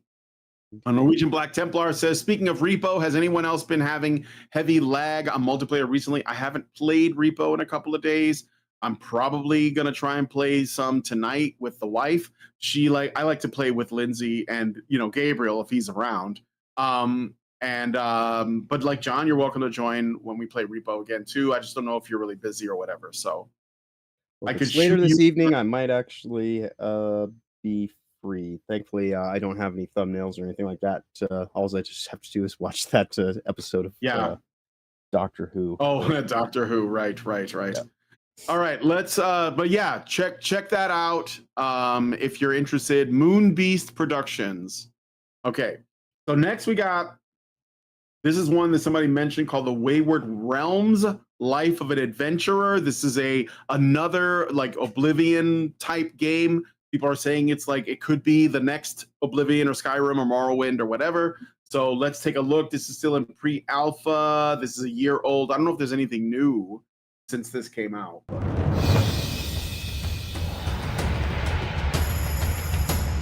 Did we look at this already? I feel like this looks familiar. Welcome to the archipelago, a landmass of over 100 islands, steeped in political intrigue, forgotten magic, and a multitude of adventures to be had. Ours begins on Ijar, a remote island in the northeast.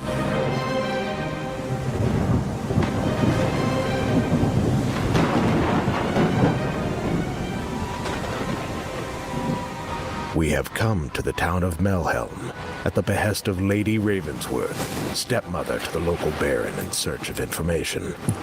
Rumors have been circulating of strange occurrences around the tomb of Lord Godsend, a former rival to the baron who met his end at our own hands. We were sent to seek out Niles, an informant for the Order of St. Latra. But it seems the door is locked. There must be another way in. Like climbing mechanics. That always like concerns me when you do first person, but right. There's a way to do it, I guess. Not the friendly sort. Maybe he just needs a little convincing.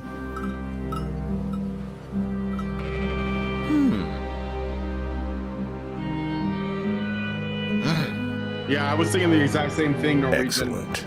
We have the information we need. Right. Now let's be on our way. We have our goal, but there will be some obstacles in the way.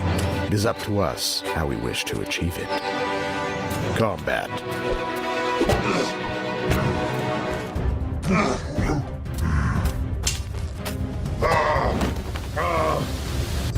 Stealth. It's a little hard to see.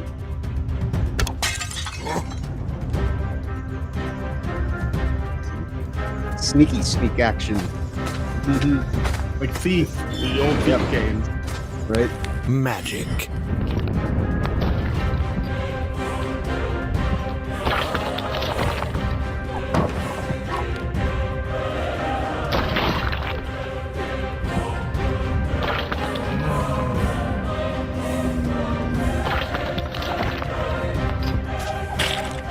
using our wits and knowledge. That's cool.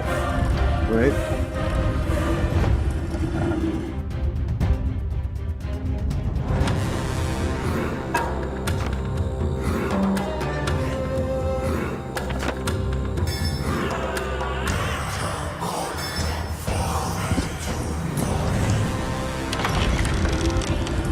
Of course, sometimes that might not be enough.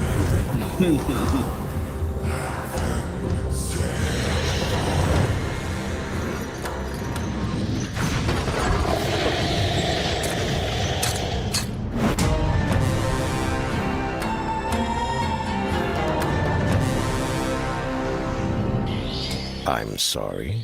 You say you would rather just spend your time fishing? So it looks like it's definitely in the vein of a Oblivion style game where you can, it's sort of like, it can be cozy if you want, or it can be just like quests and killing stuff. Indeed. So I mean, I don't know. It looks pretty good. This is early. I don't know if there's like a more recent video maybe, but that's a decent impression. Let's look at the next thing. I want to see something here. If you guys have any suggestions,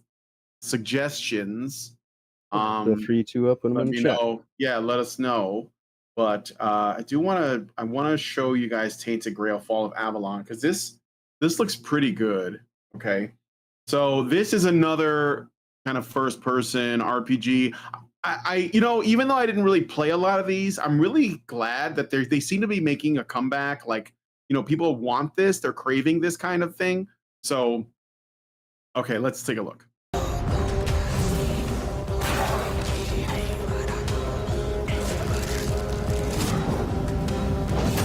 Avalon's got a darker fantasy to it, but it's also, I think, got a really cool aesthetic. Right. The truth about all this would have broken my people.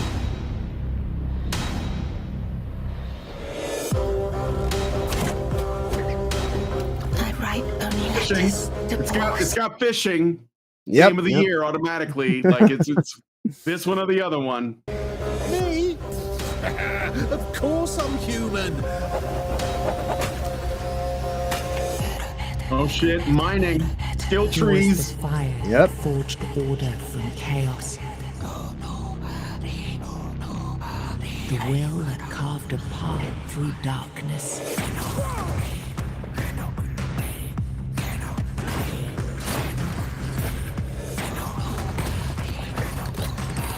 Lock picking.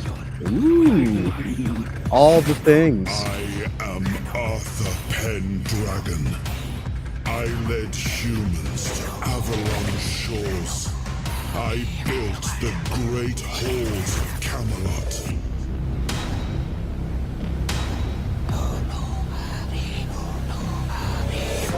He was the man beneath the crown. He was the voice that doubted. The heart that still beat beneath the weight of legend.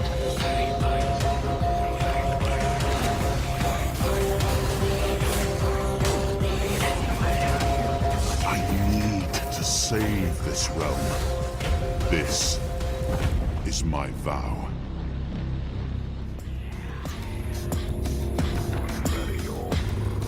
So that's Tainted Grail: Fall of Avalon. It's like I said, it's sort of like a first-person RPG in the same sort of style as Oblivion or Skyrim. People compare it to Skyrim. I don't know if there's much of a difference. The difference is, though, it is an based in Arthurian legend. So if you like King Arthur and the Round Table stuff, which is like, I think it's kind of like a underserved bit of let's say it's like an underutilized bit of fiction that we don't really get into, right? So I think that's really cool. Yeah. Saltpeter that Tappy says, installed second and check it out. Arthurian game brought to my attention so far this year. I'm here for it. Yeah, it's kind of neat. that that's kind of like a big thing. So Yeah, if only the concepts of chivalry and honor and all that stuff that those Mhm. stories are based around end up coming back into Yeah. fashion. That would really be Marin Ribarek says, I hope it has more Morrowind-like elements, though the description it is made by the guys that made Daggerfall and Arena. I never Okay. played those games. I'm not really sure. Okay, so somebody else said for me to check something out. Meow Power Yachio. Is this like weeb? This weeb things? It's only weeb things. Hold on a second. Let me just bring it up here. I want to show you guys No Rest for the Wicked. I've been hooked on it lately, and let me see. What? Oh no! I'm trying to find some gameplay of this. right. For some reason, when I look on YouTube, I don't see a lot. Meow Power Yachio. Why am I not seeing it? On YouTube, that is. Topic? Guess I could. No. Do you have anything on Steam, possibly? Yeah, I could probably look it up on the Steam store. Let me do that. Steam store. There. I'll just search for it in here. Let's see. It says no items, 0 results match your search. Steam, all one word. Yeah, I put it in as all. I just copied it from your chat. Is the exclamation mark not supposed to be there? Is that it? Yeah, I'm not seeing it. Meow Power Yachio. Let me search. Let me just search Brave. Maybe I can find it that way. Right. Give me a second. I'm sorry. Meow Space Power Yachio. That's what it is. That's what it is. Yep. According to the internet. Indeed. No, still nothing. Oh. Yeah. Oh, nope. Okay, let me try this again. Let me see. Meowie, Chainsaw Man Wiki, Meow Power, Power and Meow. I'm not seeing it. Byron of Sidious says Epic Legendarium. Thank you. I don't know what that means, but I appreciate the comment regardless. Saltpeter Taffy says The Elder Scrolls 1 and 2, Daggerfall and Arena. Oh, okay. Daggerfall and Arena was made by Bethesda before Morrowind. Okay. I didn't know that. Sorry, I'm not up on the latest PC gaming lore. I'm still just a peasant, guys. I'm still just a peasant learning the ways of the PC master race. Okay. So let me see if I can show. I don't know if maybe I've showed this game off before, but No Rest for the Wicked is. I'm kind of hooked, I gotta say, and it does in fact have fishing in it. So maybe that's why. Right. Fishing is the mark of any. That's maybe that might be the reason I'm kind of into it. But I want to show you guys a little. You found it on.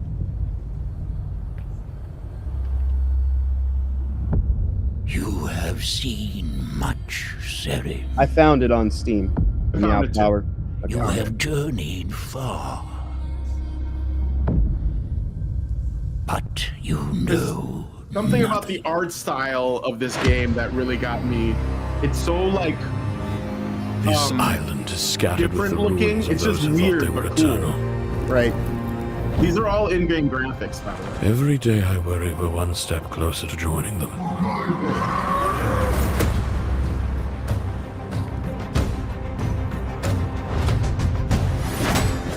Can you hear I'm sharpening it a little bit. a voice beneath the wind? Calling me. I know what you are, Sarum. A prayer come too late. Why are you here? To help? Or to prey on the weak like these vultures? For Too long the plague has twisted our own bodies against us.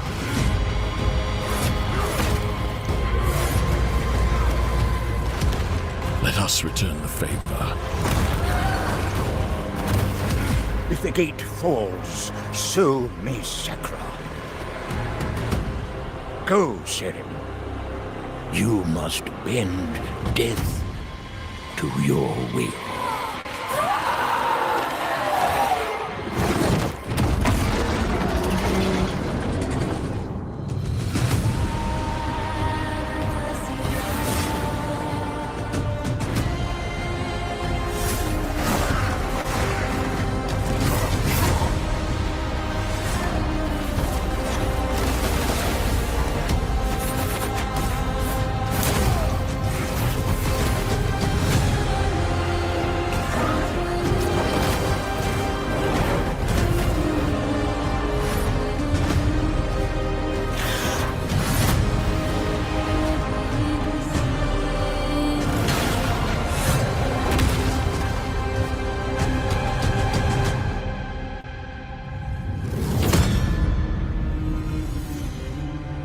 So, No Rest for the Wicked is still in early access, and they're like adding to it slowly. The game's not officially out, but you can buy it.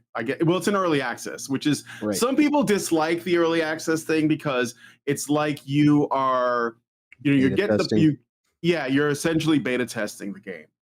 But I supported it because I heard good things about the developers, that they were like, like they seem like decent people. Right. And they made a game called Ori, which I think they made there's two Ori games, which I believe never so, played, but they're supposedly pretty solid. And so I said, okay, I'll just go ahead and pick it up. And I think it was on sale when I got it on Steam. And I gotta say, I'm kind of hooked. Like I play it a little bit every morning, and it's definitely a game that you're not supposed to rush. Because there's a lot to do. And maybe this is what some people don't like about it, because, there's like a town and you can like build up the town, you help them rebuild. There's quests to go on, there's loot to manage, there's a house you can buy, there's fishing, there's like cutting down trees, there's crafting, it's basically really ambitious in terms of Right. everything it's got in it. But and they're going to be adding co-op to it. This is what I'm saying. I'm hearing anyway. And I think that could be very cool. But again, we're talking about like a pretty big time sink. So I've been playing it. I have a build now that is more like an agility focused build with like these Wolverine claws. I don't have any magic or anything. But yeah, it's pretty impressive. And I think it might even be trying to do too many things, but it's not bad. I would say check it out. So if you're curious, check out No Rest for the Wicked. It's available for early access right now. So, all right, here's Meow Power Yachio. I think the mistake was maybe the Y. I don't know, but it was a misspelling somewhere. But let's take a look. I'm gonna turn on the volume. Whoa, that is volume.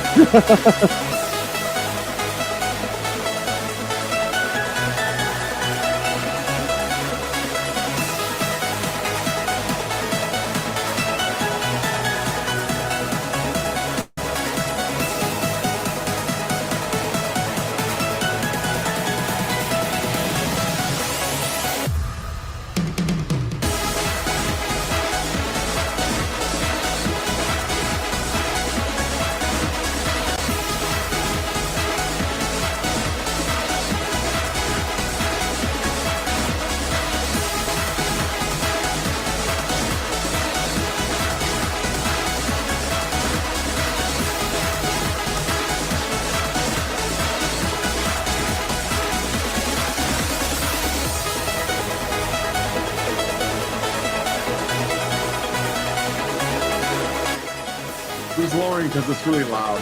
Yeah, totally understandable. Especially if you have headphones on. Yeah.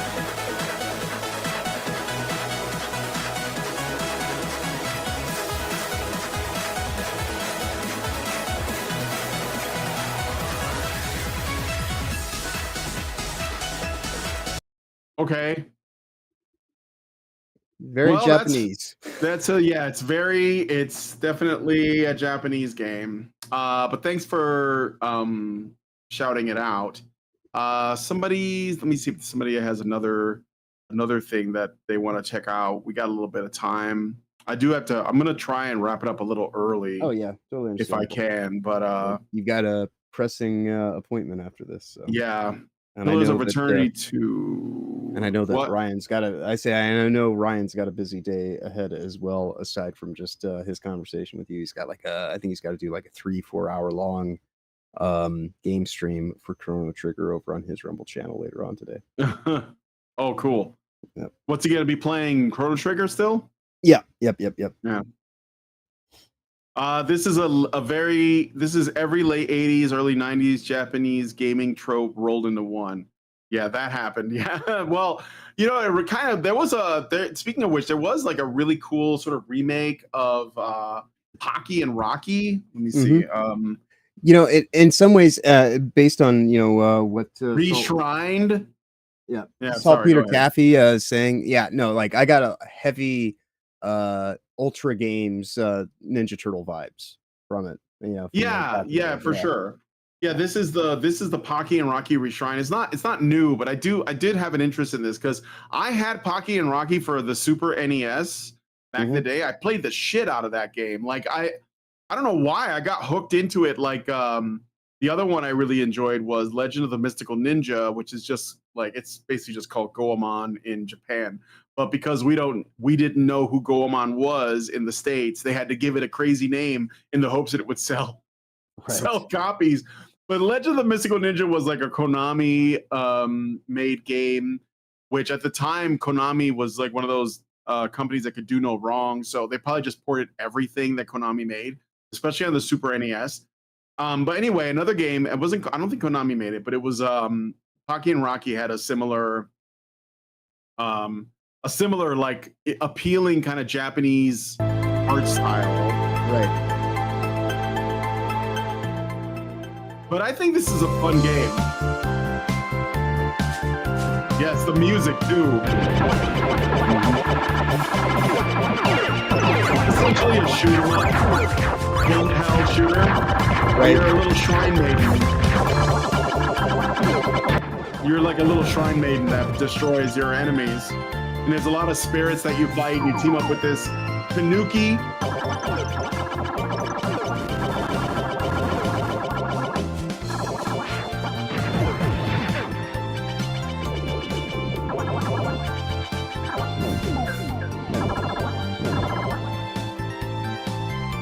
Oh, they added new characters too. The original game, I think, was just Pocky and Rocky. Right.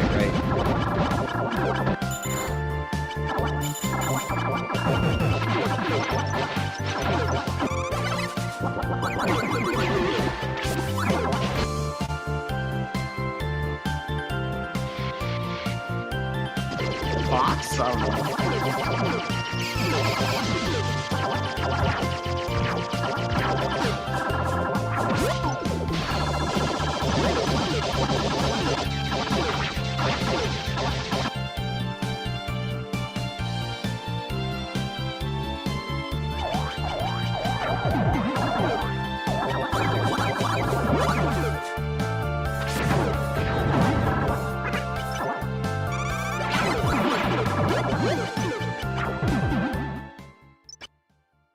Anyway, so I'm not gonna play the whole thing, but that's Pocky and Rocky. That's what it reminded me of, that meow power thing.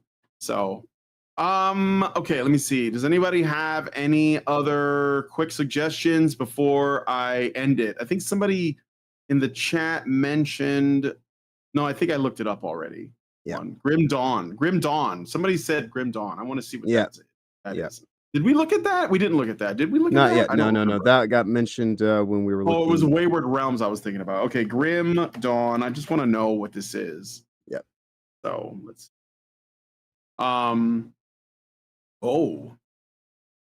kind of it's from a while back, so it's kind of an old game, but it's one I never heard of. So maybe it's just new.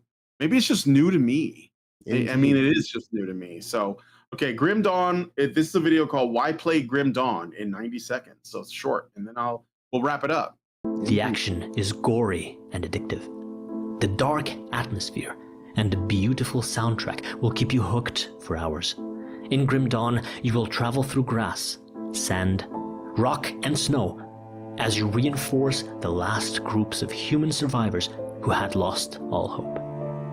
You will fight your way through mountains, battlefields, and city ruins as you explore a massive, handmade world with an extremely detailed main storyline that will entertain you for hours on end. And if you dare seek a harder challenge, just step away from the main path and look for the secret side dungeons with rich rewards and deadly optional fights. Dare to enter the one-way roguelike dungeons where death lurks at every corner, where town portals are disabled, and the only way out is through. Test your build crafting skills by engaging the celestial bosses that will demolish your character in 2 swings. Go back to farming, level up, craft, and upgrade your gear, and maybe next time you'll stand a chance. By now, you've reached the endgame. It's time to enter the crucible arenas and the randomized maps of the Shattered Realm, where you will fight wave after wave of increasingly difficult monsters until you perish, or unlock the greatest of treasures. Cool. Okay. I can see the comparison now, Yeah, definitely. This guy sold Grim Dawn way better than I could have, LOL. Right. All right, well, that's going to wrap it up for us on the show. So but thanks for all of the suggestions and turning me on to some new things that I didn't know about. So appreciate that. And so let's go ahead and wrap it up. Tell us what do you got going on? Well, as always, I will be on Toasty's channel throughout the week. We do Sundays, Tuesdays, Thursdays, and Fridays at 6 p.m. Eastern, 3 p.m. Pacific. So I will be over there with her tomorrow. But prior to that, of course, the next thing I got coming up is Who TF Cares, as I was mentioning earlier in the show on Will of the Fans channel. And of course, you can also see me with him on Tuesdays and Thursdays. We start those broadcasts at 9 a.m. Eastern, 6 a.m. Pacific. And then I'm here with you on Saturdays. And also we are doing Rumble exclusives now on Toasty's channel on Friday because we do the Old White Road with Ryan Roger Thay on Reality Based. And so we've decided that we want to really put our effort behind this reality-based Rumble revolution. And so we do a show now that we're affectionately calling Fuck YouTube Fridays over on Toasty's channel. And other than that, of course, thanks everybody for joining us, especially everybody who is watching in on Rumble. I do feel that where we're going in the future, we will definitely need to rely on this platform far more than CensorTube, because it is clearly corrupted, if not, just simply compromised. But with that said, though, thanks again. Always a great conversation here with you on the weekends. And everyone else, safe travels ahead. Have a wonderful weekend going forward. Be awesome as always. All right. And I'll be streaming this week. It's Goon in June. I'll see what I can find that will be a good fit. But I'm also going to be playing exclusively on Rumble, Chad versus the Gay Zombies. So be on the lookout. Or is it the gay Nazis, which are basically zombie Nazis, probably. Maybe they'll be both. Chad versus the Gay Nazis over on Rumble. Hopefully I will see you guys there. But with all that said, if you guys like this video, please hit like, subscribe if you're not already subscribed. Hit the bell for notifications. Leave us a comment. Let us know what you guys think about what we discussed on the show today. And please, please, please share this video because sharing is caring. Thank you guys so much for coming on today's episode of The Week in Culture. And we'll talk to you guys in the next one. Long live Vivian. With the glass ceiling broken, all the oppressed groups shall prosper, especially the most oppressed group of all, gamers. I want people in the industry to be a little bit louder about people being mean to other people, and maybe say it's not a good thing. Yeah. Maybe say we don't want you around if you're going to be a cunt. Yeah. And hateful. And that the games industry is diverse naturally. Not because anyone's making them be diverse. Because the world is diverse, you stupid motherfucker. And if you have a problem with that, come fight me. Physically. Bitch. Has anyone taken you up on that yet? No, because they're all pussies. Yep. Down here, salt is a way of life. Obviously, the environment down here is all salt. The ceiling's salt, the floor is salt, the walls are salt, and to an extent, the air is salt. And you breathe that in, and you can constantly taste the salt.